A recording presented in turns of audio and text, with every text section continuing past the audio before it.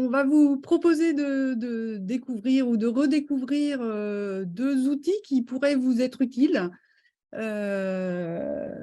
Donc, on commence avec Pierre, je pense, qui va nous parler de Genially, petit outil génial pour mettre un coup de jeune sur vos PowerPoint. Pierre? Alors, il faut enlever le son, Pierre. Ouais, c'est un coup de jeune sur les outils modernes. On t'entend toujours pas, Pierre, hein? Voilà, Parfait. je disais de remettre un peu de son. Je ne sais pas si mon écran est partagé. Oui, c'est bon. Oui, c'est bon.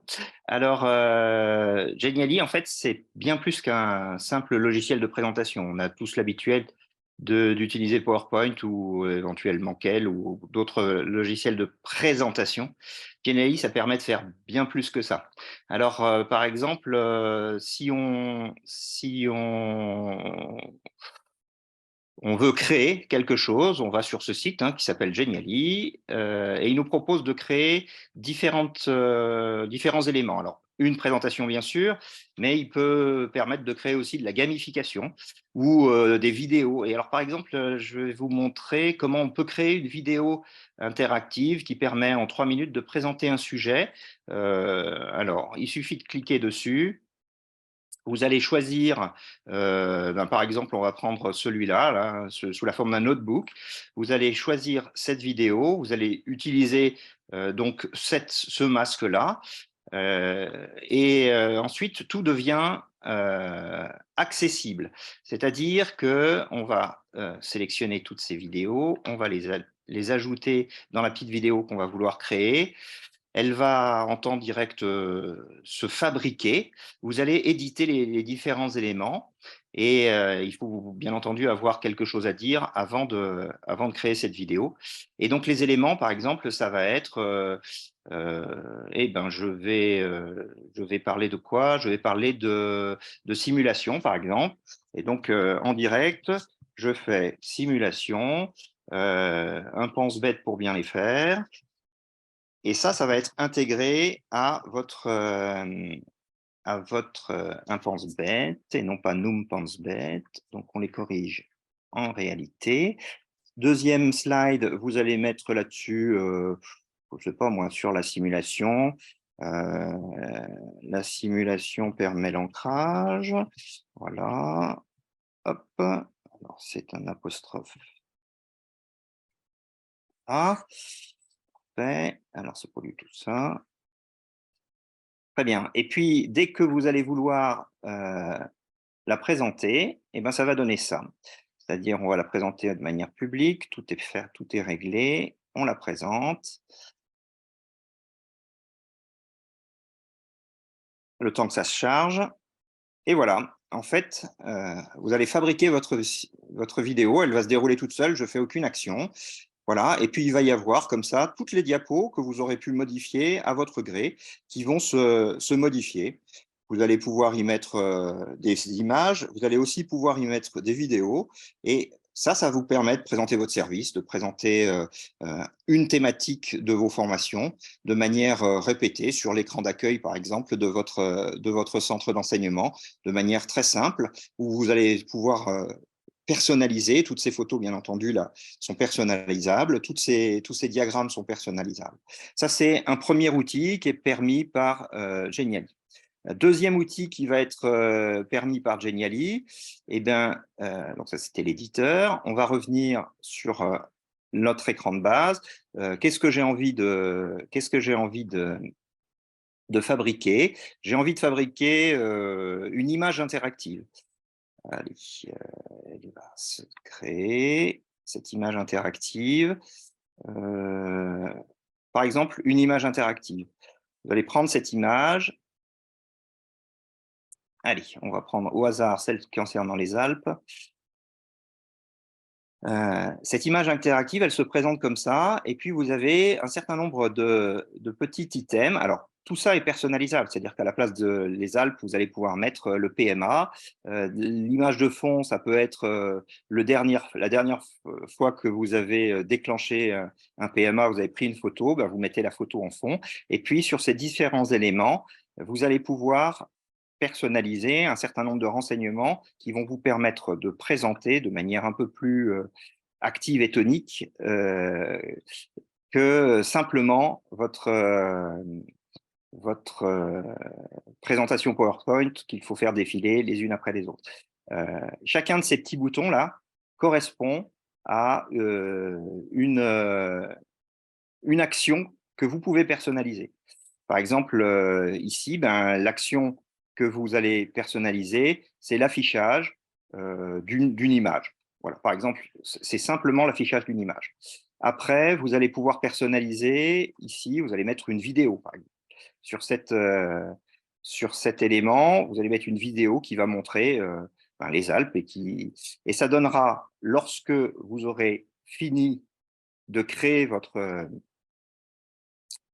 image interactive, ça va donner quelque chose qui va ressembler à ceci. Donc là encore, il va falloir juste le temps que ça se charge. Voilà. Donc vous allez présenter ça, c'est sur le web, vous n'avez pas besoin de l'avoir sur votre clé, hein, n'importe quel ordinateur vous y donnera accès. Et donc là, quand vous cliquez dessus, bah, vous présentez un joli lac de montagne, ça peut être aussi l'intérieur d'un PMA. Vous allez pouvoir y montrer une petite vidéo qui expliquera comment ça fonctionne, avec le son que vous avez choisi et le son que vous voulez. Vous allez pouvoir montrer des renseignements de type informatif. Vous allez pouvoir y montrer des cartes interactives, celles qui vont vous permettre de vous déplacer, hein, celles qui sont accessibles. Et puis votre coup de cœur, si vous en avez besoin, c'est ce petit glacier. Alors, bien entendu, ça semble assez loin de nos pratiques à nous, mais nos pratiques à nous, elles vont bien avec ce genre d'outils. Je vais vous montrer par exemple ce qui est les outils qu'on utilise au quotidien. Par exemple, pour faire voilà, une image interactive qu'on utilise facilement. Je vous parlais du PMA. Voilà globalement comment s'organise un plan blanc. Et donc, vous pouvez donner ça en document de fin pour vos apprenants. Elle va s'afficher. Voilà. Donc, voilà le document que vous avez fabriqué. Et puis, chacune de ces actions va être interactive. C'est-à-dire que voilà un PRV.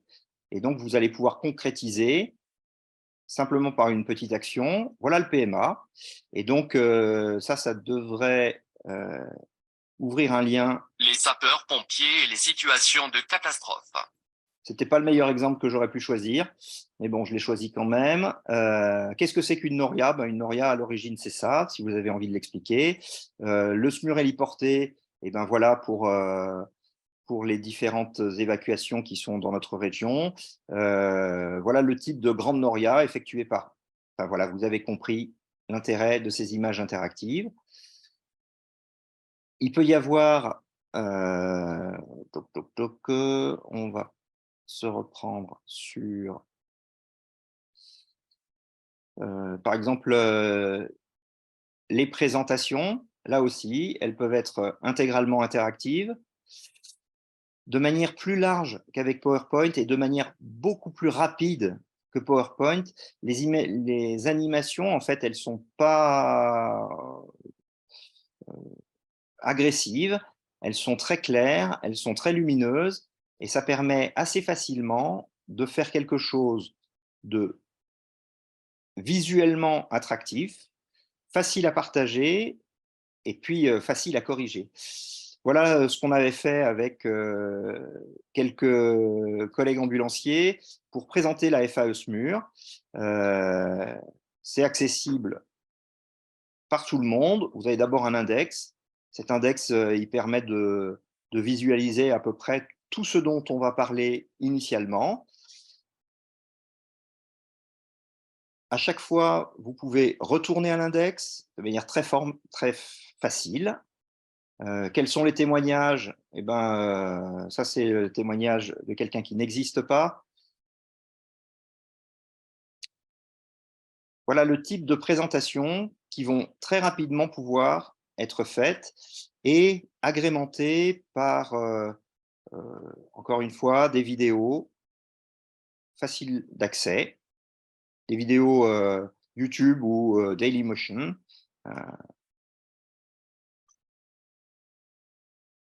Ouais, c'est une vidéo, vous pouvez en mettre autant que vous en voulez, hein. Tout à l'heure, on était sur Dailymotion, là, on va passer sur YouTube, tant est que ça veuille bien s'ouvrir. Si vous êtes propriétaire d'une maison, donnez-moi 30 secondes. Alors, avec grandeur et décadence de YouTube, la publicité, bien sûr.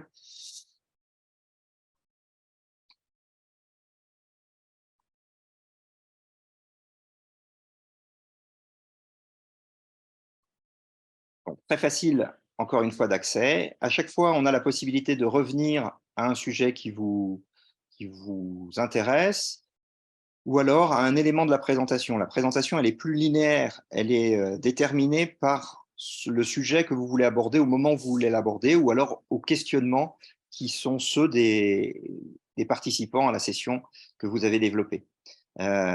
Chacun de ces boutons, par exemple, peut être aussi personnalisé et permet d'y afficher quelque chose de plus particulier. Si vous voulez plus d'infos, eh ben, vous pouvez effectivement en rajouter. Il y a aussi un module d'histogrammes qui sont des histogrammes actifs. Par exemple, les stages proposés en 2021 pour les gens qui avaient plus de 5 ans de métier, pour les gens qui avaient 2 ans de métier, pour les gens qui étaient entre les deux, entre 2 et 5 ans.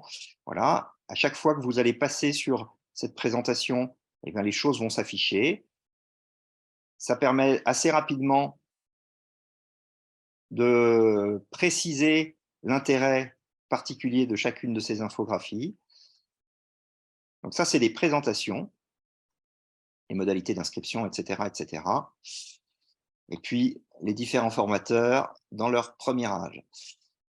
Enfin, vous allez pouvoir créer des éléments plutôt de type quiz ou questionnaire, avec une forme qui, là encore, est un peu plus moderne que ce qu'il est facile de faire avec PowerPoint. J'en termine par ce quiz qui va d'abord être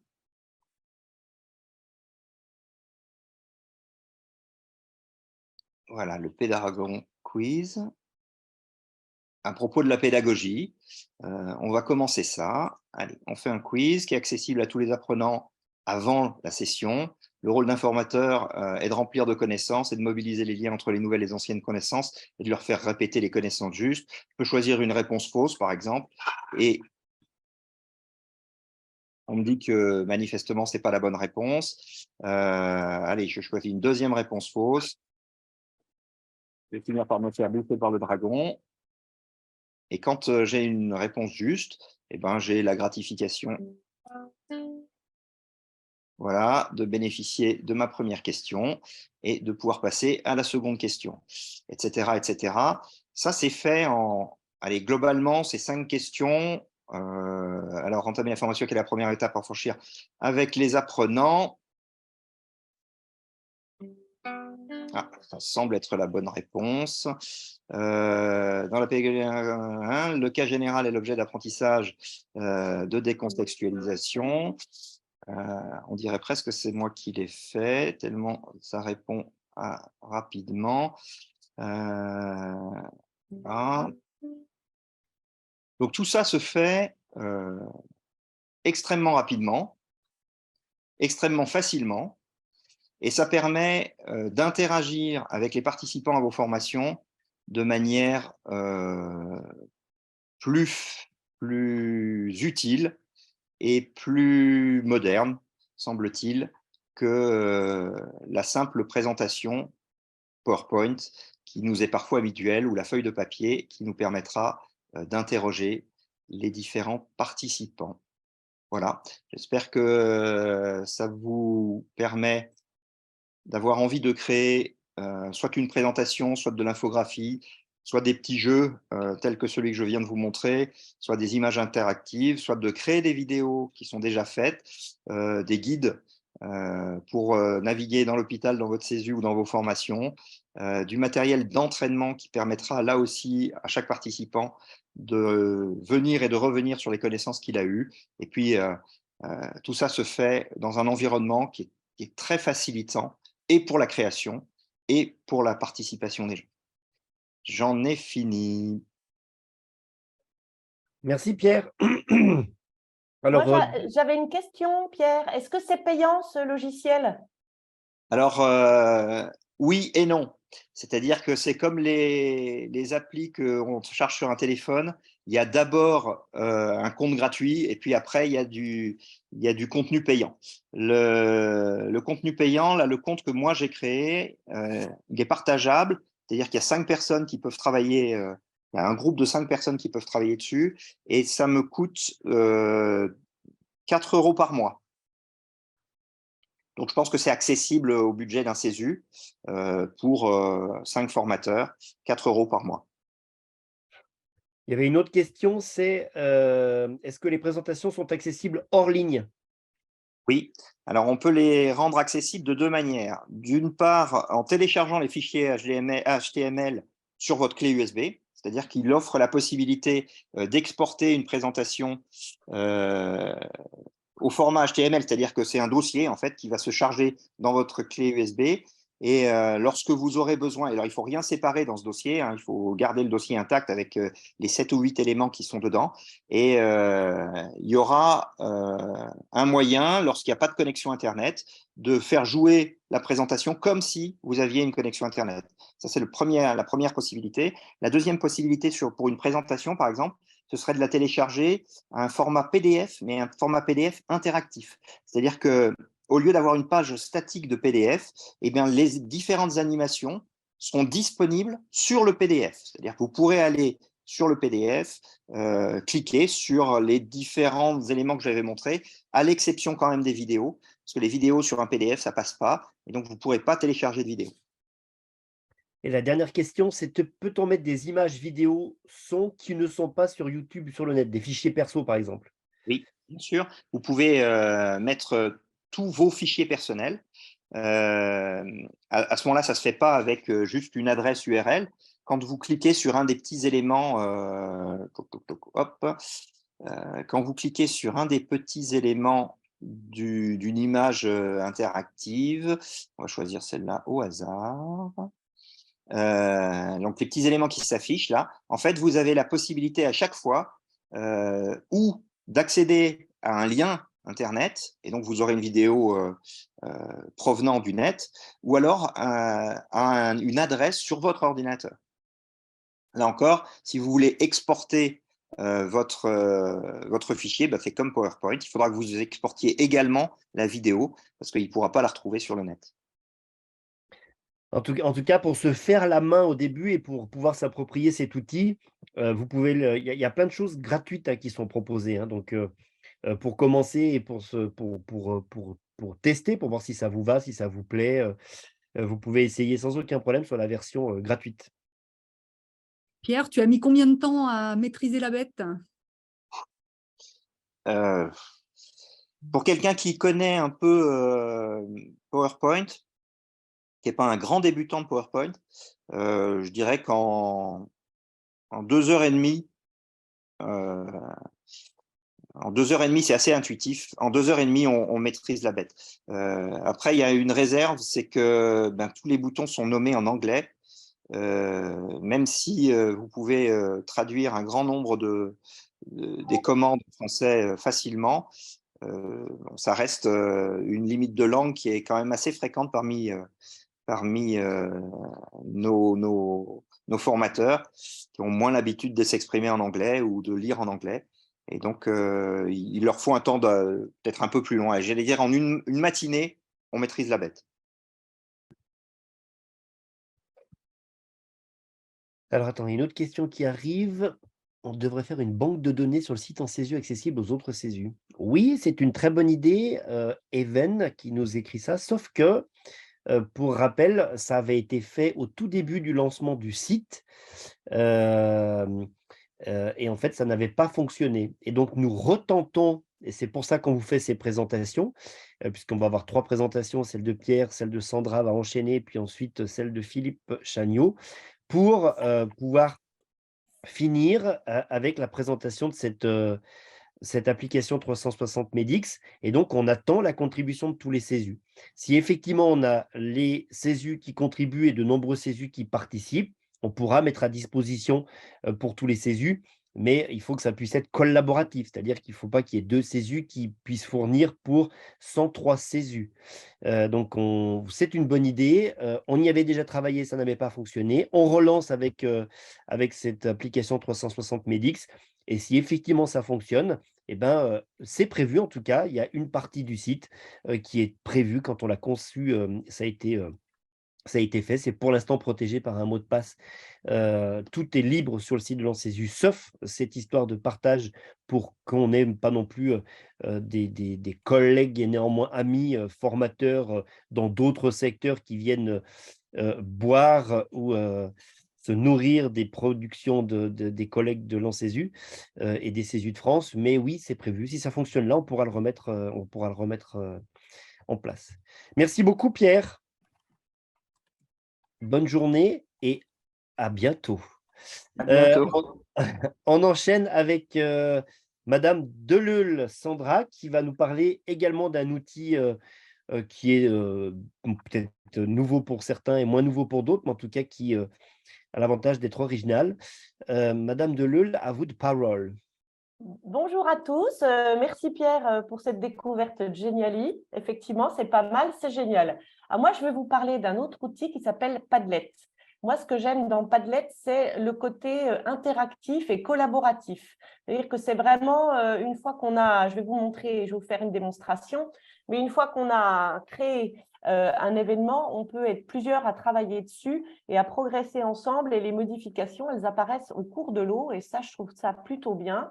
J'avais posé la question à Pierre sur combien ça coûte, etc.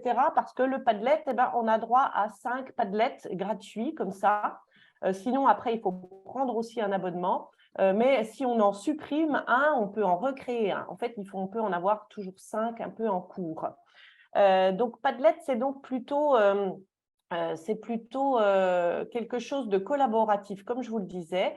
Et puis, on peut faire plusieurs choses, plein de choses différentes. Moi, ce que je voulais vous montrer, c'était, on a créé dans mon service une formation pour la prise en charge des urgences psy dans notre service des urgences. Et puis, on a créé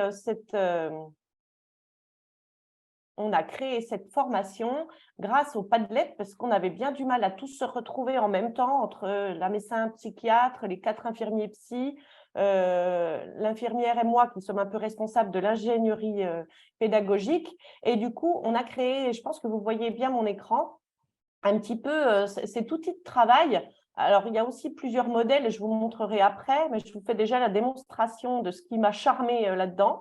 Ça peut vous paraître un petit peu long comme ça en regardant. Et donc, c'est des colonnes qu'on peut dérouler. Et puis, on crée ensuite le titre de la colonne qu'on veut. Donc là, c'était toutes nos séances de travail. On les a archivées ici. Donc, on peut tous y revenir à un moment donné en se disant « Ah, on avait dit quelque chose à la première réunion, je ne me souviens plus ce que c'était. » Et on peut y retourner. Et puis, quand on clique dessus, eh ben, le fichier s'ouvre, c'est un Word qu'on peut télécharger, qu'on peut modifier et puis qu'on peut en tout cas s'approprier, modifier en temps réel. On peut faire des commentaires, on peut noter aussi, je vous montrerai après. Donc là, voilà, nous, on avait mis donc, toutes nos séances de travail. On avait d'abord listé tout ce qui existait dans notre hôpital qui pouvait concerner un petit peu les urgences psychiatriques, les annonces de mauvaises nouvelles, de décès, les protocoles de prise en charge d'un agité, etc. Donc, on mettait tout un petit peu en commun. Les protocoles du service pour prendre en charge un agressif aux urgences, et ben voilà, ça apparaissait. Ce qui fait que tout le monde avait un petit peu les données en même temps. Ensuite, on partait dans cette formation au départ par le triage déjà par l'IAO. Donc, quels sont les Comment on peut trier un agressif? Donc, il y avait les différentes manières de trier au départ. Bon, je travaille en Suisse, donc c'est l'échelle de tri suisse. Les ressources maintenant, tous les textes de loi, tous les gens, les intervenants à la police, etc., les lois qui existaient. Et puis ensuite, on a commencé à échafauder un petit peu cette journée avec une trame, avec le programme, avec un petit peu tous les outils qu'on va pouvoir mettre, les vignettes cliniques, les vidéos qu'on a créées, les mots croisés qu'on a fait. Tout est un petit peu disponible à tout le monde et tout peut être modifié. Ensuite, les dates qui sont fixées, comme ça tout le monde peut y revenir régulièrement. Le PowerPoint un peu final qui va rythmer un petit peu toute notre journée. Et puis ensuite, voilà, on en a fait notre première formation test et puis les modifications qu'on va faire après la première session et puis un petit peu tout ce qu'on va pouvoir mettre en place. Donc voilà, ça c'est vraiment ce que j'aime vraiment, c'est cette histoire de collaboratif et puis que on est chez nous le soir, on peut réussir à se connecter et puis en faire des modifications. Autre moyen d'utiliser aussi, c'est par exemple la supervision des internes de notre service. Par exemple, voilà, j'ai créé un interne qui est supervisé par tel senior, etc. À chaque fois, on va mettre les objectifs de stage qu'on s'est fixés avec l'interne. Et puis, chaque superviseur des urgences va pouvoir venir mettre une annotation. Attention, les lettres de sortie ne sont pas correctes. Attention, il faut revoir l'analyse des ECG avec.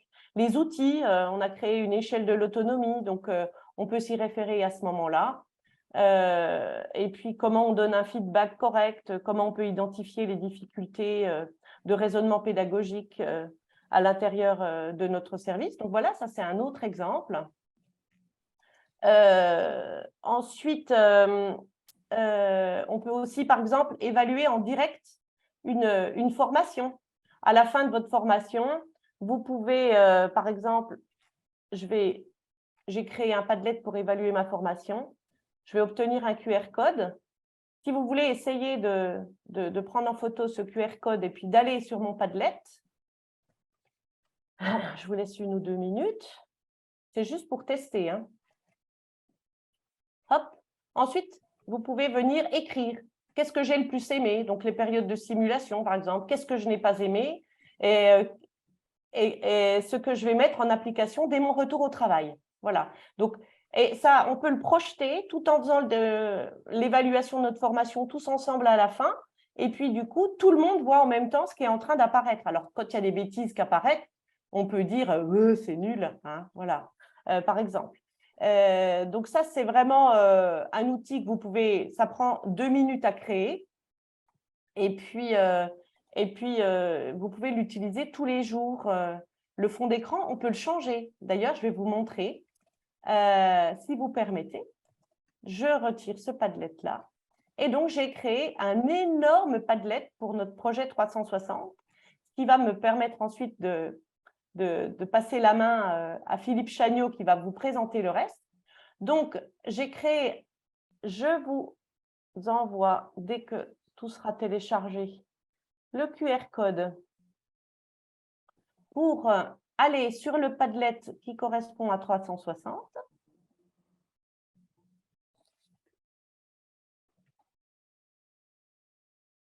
Je vous laisse un petit coup. Voilà. Je pourrais le remettre un tout à l'heure si vous voulez, mais c'est vraiment juste pour vous montrer un exemple. Et puis donc, moi j'aime bien le format par colonne, hein, donc j'ai fait comme ça. Donc déjà, découvrez 360 Médic. À l'intérieur de ces petites tablettes, on va dire, on peut y mettre des liens. Là, vous avez vu, j'ai cliqué dessus. Je suis allée directement sur le site de 360 et puis donc je peux aller découvrir ce qu'est 360 Médic. Les documents que l'on s'est vus, mais à votre disposition. Donc là, c'est un document Word que j'ai pu partager. Donc, qui est la stratégie, un petit peu, les propositions, les différents supports que l'on vous met pour nous aider à alimenter ce projet 360. Alors ensuite, voilà, j'ai fait une colonne par chacun des thèmes. L'alerte, donc quels sont les points clés qu'on attend? Et puis, par exemple, CESU 74 a déjà développé une version vidéo qui va pouvoir peut-être être modifiée. les hémorragies, les points clés, l'obstruction des voies aériennes, voici les points clés. Et puis quelqu'un, un anonyme, voilà, lui a mis un petit peu ce qu'il pensait là-dessus, quelles sont les idées phares qui doivent apparaître. Pour l'inconscient, je n'ai pas mis les points clés, mais par exemple, j'avais préparé, on vous en avait parlé à Chambéry, un poster sous forme de carte mentale, donc qui est ici. J'ai cliqué dessus, hop, ça apparaît. Et puis, Julien a fait un commentaire, il propose de changer la disposition. Et puis, Philippe Chagnot nous a dit que le CESU 51 s'était engagé à faire une vidéo pour cette prise en charge. Pour l'arrêt cardiaque, pareil, les points clés. Cyril de Senlis a proposé déjà des images et des textes. On sait aussi que le CESU 76A va travailler dessus, etc., etc. Pour les urgences collectives, j'ai mis tous les différents items que l'on souhaite voir abordés. Et puis, par exemple, j'ai mis un lien pour aller visionner les vidéos Tromcast. Voilà, donc hop, donc on peut regarder la vidéo et oh, c'est bizarre qu'hier, il n'y avait pas. Je pense qu'on peut quand même y aller. Excusez-moi.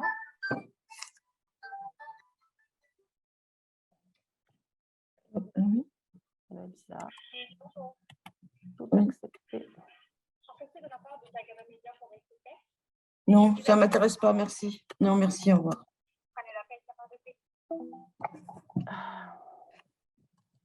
Excusez-moi, ça me bloque. Alors, voilà, là, on peut aller directement, je suis allée chercher ce lien sur le site de l'ANSESU, sur le lien sur le diaporama du COREB. Donc, directement, on peut y aller. Donc, ça, c'est pas mal aussi.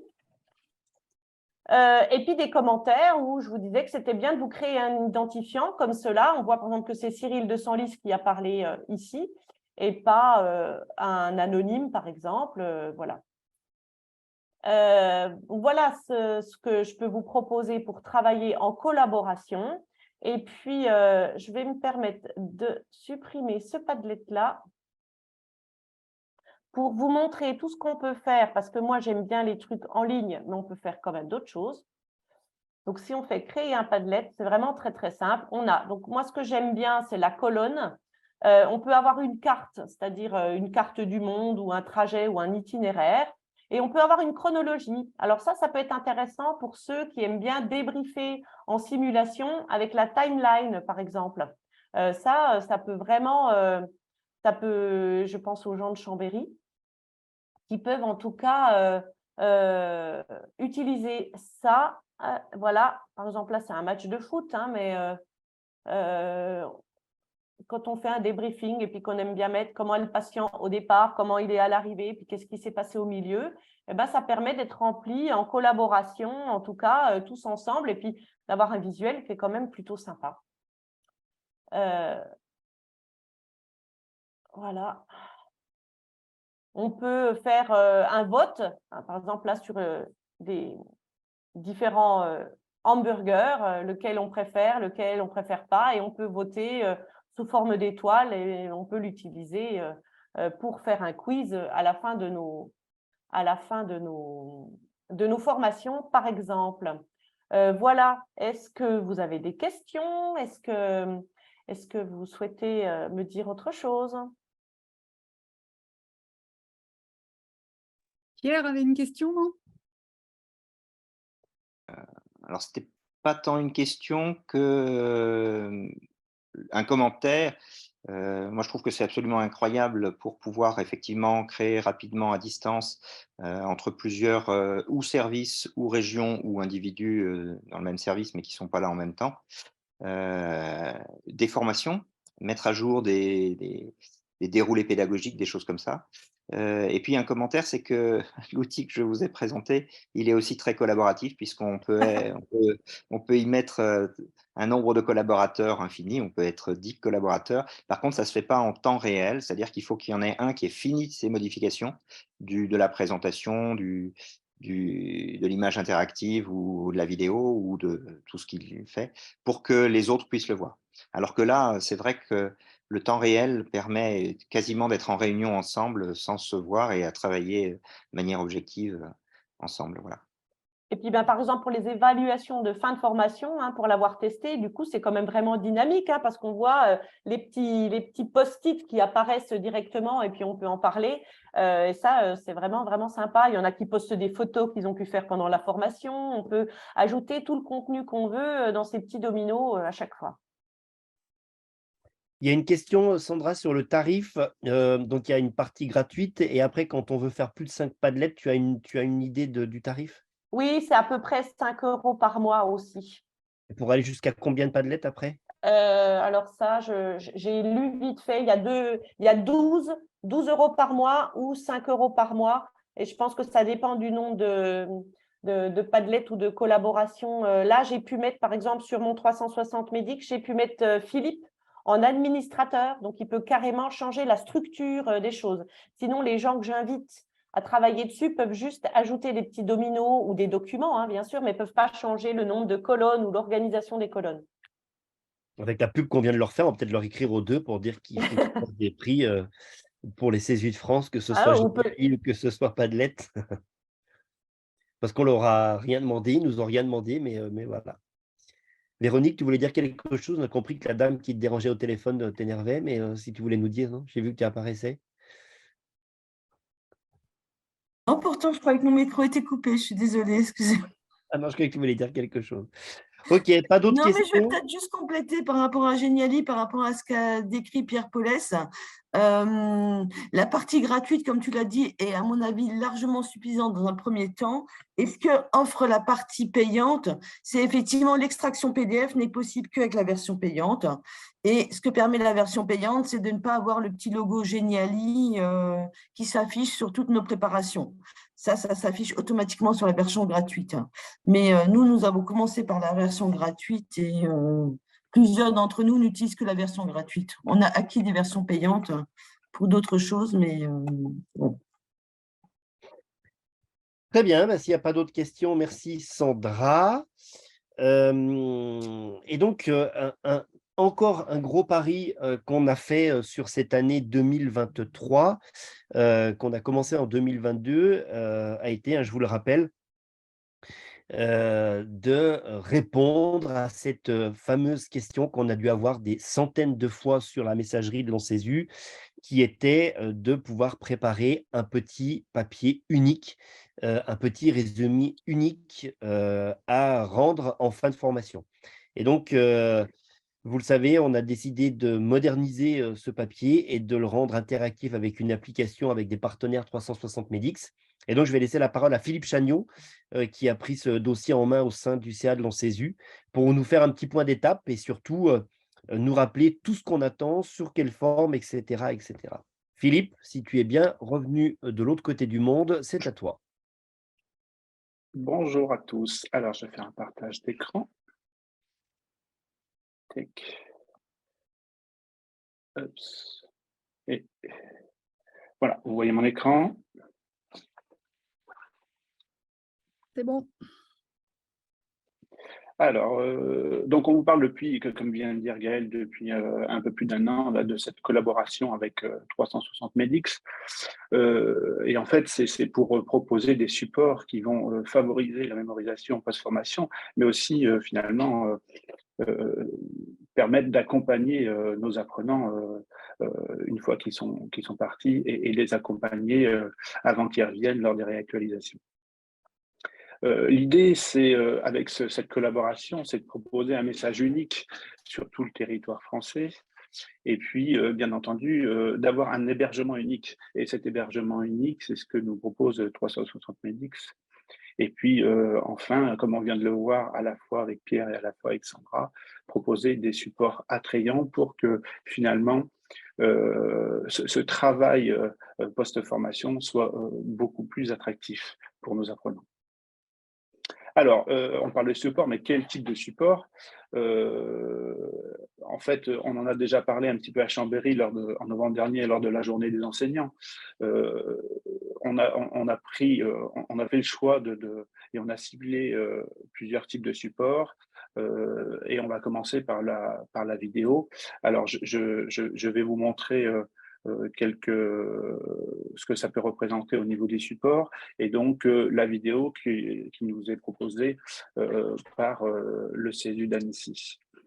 Alors, j'ai coupé la vidéo, j'ai pas mis la vidéo en entier, mais c'était juste pour que ça puisse donner des idées. Bonjour. Lorsque vous êtes confronté à une urgence, il faut avoir le plus rapidement possible les bons secours au bon endroit. Et donc, il faut appeler rapidement les bons numéros. 6 numéros d'urgence, plus une petite particularité. Ces 6 numéros d'urgence, c'est le 15, le numéro du SAMU, pour les urgences de nature santé. Le 17, pour des urgences de nature police-gendarmerie. Le 18, pour des urgences secours avec les sapeurs-pompiers. Et puis 3 autres numéros, le 114, si vous ne pouvez. Pour que ces numéros puissent envoyer les bons moyens au bon endroit, il faut que votre message soit relativement simple.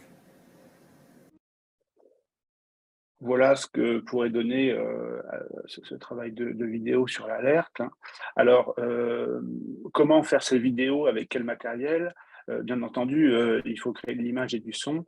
Aujourd'hui, certes, il y a un coût si on veut acheter une caméra, voire un appareil photo, mais les smartphones de dernière génération ont des qualités d'image qui sont parfaites et qui sont largement suffisantes pour ce type de support. A contrario, le son même si le son est plutôt bon sur ces smartphones de dernière génération, je pense qu'il faut peut-être investir soit dans un micro-cravate, soit dans un micro d'ambiance pour avoir un son vraiment de qualité. On a tendance à privilégier en fait l'image dans la vidéo, mais le son a beaucoup plus d'importance finalement. Le cadre, on souhaite que en fait, ces vidéos soient tournées en milieu professionnel, en tenue de travail, et puis bien entendu en respectant les règles d'hygiène pour que notre message soit en lien avec ce qu'on dit en formation. Et puis la durée. Là encore, c'est toujours difficile de proposer des vidéos et sans que cette vidéo en fait soit chantée ou coupée ou avancée. Et en gros, avec des vidéos de 1 minute 30, on arrive à garder l'attention de nos apprenants. Au-delà, en fait, c'est un peu plus compliqué et les gens ont tendance à zapper. On est dans un monde de zapettes. Les types de supports, donc on vient de voir la vidéo, on peut proposer également des diaporamas et diaporamas commentés. Là encore, je vais vous donner un petit exemple. On a un peu abordé le sujet tout à l'heure avec Pierre, avec Geniali. Là, en fait, j'ai fait un diaporama commenté avec PowerPoint. Et là aussi, PowerPoint nous propose, avec un travail beaucoup plus long, on pourra en discuter si vous voulez après, mais nous propose des outils extrêmement intéressants.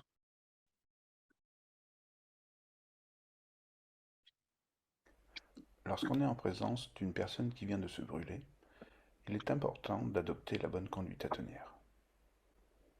Celle-ci se décompose en 3 temps. Stopper la propagation de la brûlure, définir la gravité de la brûlure, et puis enfin, alerter les secours. Pour stopper la propagation de la brûlure, il faut agir vite, avec une eau tempérée, sur une durée de 15 minutes.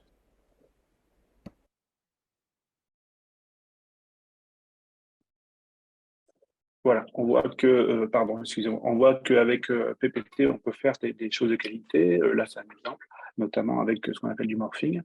C'est peut-être un petit peu plus long que la création de Geniali, parce qu'il faut un peu plus maîtriser l'outil. Mais ça permet de dire, c'est moi qui l'ai fait. Voilà. Concernant les diaporamas commentés, donc PowerPoint, on a aussi Prezi, Geniali, on ne revient pas dessus. Là encore, au niveau du son, même si on a maintenant des bons micros sur nos ordinateurs, un micro-cravate ou un micro d'ambiance apporte un plus en fait dans le son. Toujours pareil, le cadre des images. En milieu professionnel, si on utilise pour l'utilisation des images qu'on va proposer dans notre diaporama, les tenues de travail et bien entendu le respect des règles d'hygiène. La durée du PPT commenté, c'est un peu pareil que la vidéo, c'est à peu près 1 minute 30 pour éviter à nos apprenants de décrocher derrière. Et puis, le troisième support, qui pourrait être affiche, on l'a abordé aussi tout à l'heure avec Sandra, ou des cartes mentales. Alors, je remonte la carte mentale tout à l'heure qui a été proposée par Sandra. On peut ajouter sur cette carte mentale des liens. On voit là en haut à droite là, des petits clics. Et en cliquant dessus, en fait, on est redirigé vers une autre carte mentale ou vers un autre module. Voilà concernant les supports. Gaël l'a dit tout à l'heure, en fait, ce qu'on souhaite, c'est que ce soit un travail collaboratif. La force des CESU, c'est avant tout un partage. Et les colloques des CESU par la voie d'un CESU est le parfait exemple de cette richesse partagée. Et donc, on a eu l'idée que chaque région soit représentée et vienne nous aider et représente en fait l'ensemble des CESU de tout le territoire. Et il nous semble important justement que l'ensemble des régions viennent collaborer dans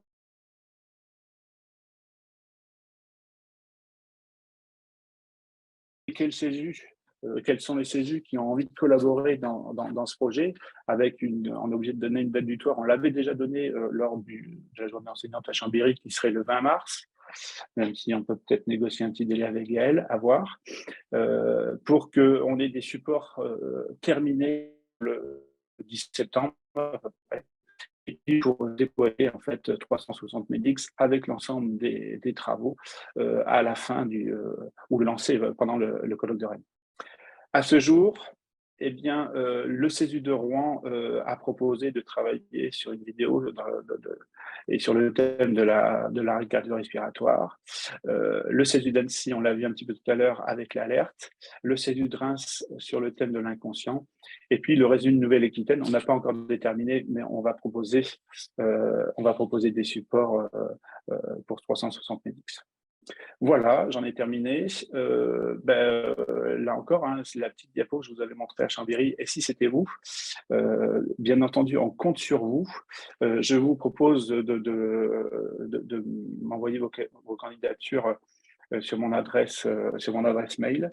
Et puis, bien entendu, ce serait un accompagnement là aussi dans l'écriture de vos supports. Si je peux aider, ce sera avec grand plaisir. Voilà, j'en ai terminé. Si vous avez des questions, je pourrais peut-être même rajouter, parce qu'on a un peu de temps, Gaël, ajouter 2-3 petites choses concernant peut-être les banques de données. Oui, on a le temps. Voilà. Donc, pensez que on peut aller rechercher pas mal de choses sur le net, notamment concernant les photos. Alors, il y a des banques de données, notamment FreePix, Pixabay, icon8.fr ou pour le son, SoundEffects. Sont des banques de données alors avec des données payantes ou gratuites, mais énormément de données gratuites. Concernant les droits d'auteur, pour certaines données, il suffit juste de les citer à la fin du support. Concernant l'infographie, on l'a vu tout à l'heure avec Pierre, bien entendu Geniali, mais il y a aussi Canva qui propose de faire des créations en infographie.